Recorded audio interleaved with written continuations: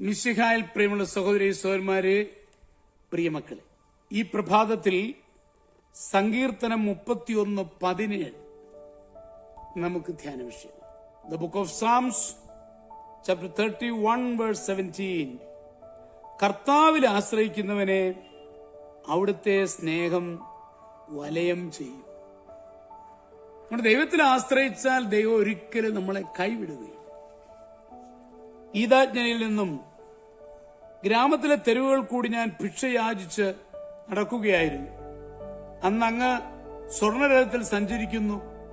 നയനാനന്ദകരമായ പ്രകാശം, അതിമനോഹരമായി തേരലങ്കരിച്ചിരുന്നു. അപൂർവമായ ഒരു സ്വപ്നം പോലെ അതെന്റെ കണ്ണിൽപ്പെട്ടു. ഇതേത് രാജാവായിരിക്കും? ഞാൻ ചിന്തിച്ചു. രാജാവാകട്ടെ രഥത്തിൽ നിന്നും ധാന്യമണികൾ ഇരുവശത്തേക്കും വാരി വിതറുന്നുണ്ടായിരുന്നു. എനിക്കുണ്ടായ സന്തോഷം അവർണ്ണനീയമാണ്. രഥ എന്റെ അടുത്ത് നിന്നു. എന്നെ നോക്കി അങ്ങ് പുഞ്ചിരിക്കുന്നു. അങ്ങയുടെ മുഖത്തെ ആ ശോഭയാൽ എന്റെ എല്ലാ വേദനയും മാറി. എനിക്ക് എന്തെങ്കിലും തരുമോ എന്ന് പറഞ്ഞുകൊണ്ട് അങ്ങ് എന്റെ നേരെ കരം നീട്ടി. ഇത് കൊള്ളാമല്ലോ.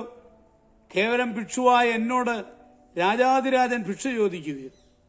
ഞാൻ സഞ്ചി തുറന്ന് ധാന്യമണിയിൽ ഒന്നെടുത്ത് അദ്ദേഹത്തിന് കൊടുത്തു. രഥം അകന്നുപോയി. ഞാൻ വീട്ടിലെത്തി സഞ്ചി കുടഞ്ഞപ്പോൾ കണ്ടതെന്താണ്? ഭിക്ഷാവസ്തുക്കളുടെ കൂട്ടത്തിൽ ഒരു സ്വർണ ധാന്യം. രാജാവിന് കൊടുത്ത ആ ധാന്യമണി സ്വർണമായി തിരികെ വന്നിരിക്കുന്നു. ഞാൻ പൊട്ടിക്കരഞ്ഞുപോയി. എന്റെ ധാന്യമണി എല്ലാം ഞാൻ അങ്ങേക്ക് തന്നില്ലല്ലോ. ഭിക്ഷുവിന് തേങ്ങലടക്കാനായില്ല. അതെ, പൂർണ്ണമായും ദൈവത്തിൽ ആശ്രയിക്കുമ്പോഴാണ് ദൈവം നമ്മളെ പരിരക്ഷിക്കുക.